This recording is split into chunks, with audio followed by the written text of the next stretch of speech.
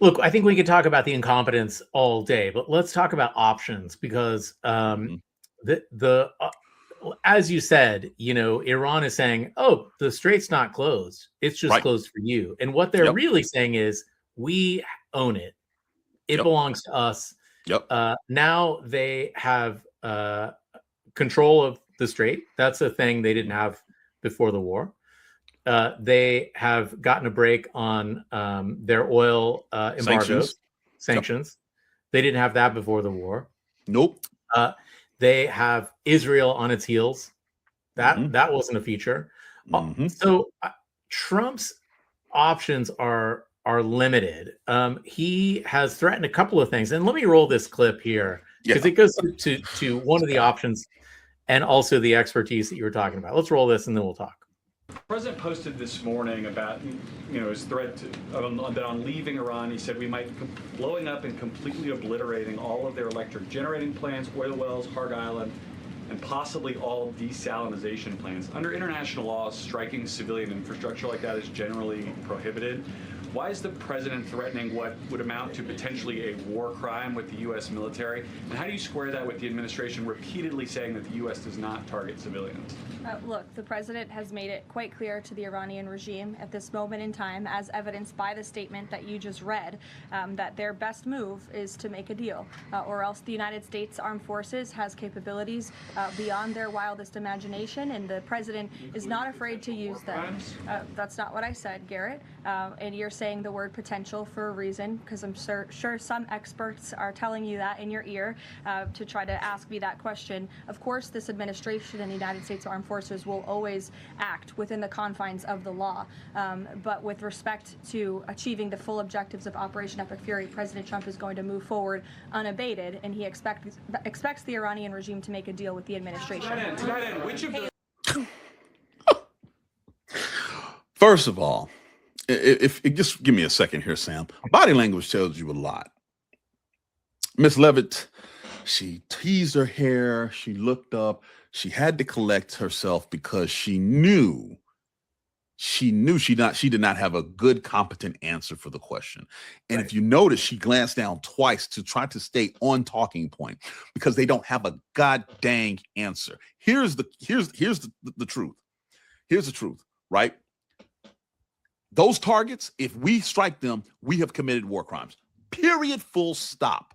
Anything that is basically life sustaining for a civilian population that is purposely attacked deliberately is a war crime. Ask Germany. Ask Japan. Okay?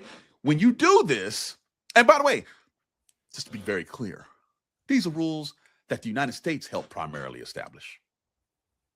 Okay? This is not some Euro hippie bullshit. This is what we as officers, we as a military are trained on. Okay? The fact of the matter is, if they do that, there are two Rubicons that cannot be uncrossed once they're crossed. The attacking of water and desalinization plants and the forced entry into the Strait of Hormuz. Those are the two that cannot be, that once you ring those bells, we're in Vietnam 3.0. 3.0. Afghanistan, Iraq was 2.0. This will be 3.0.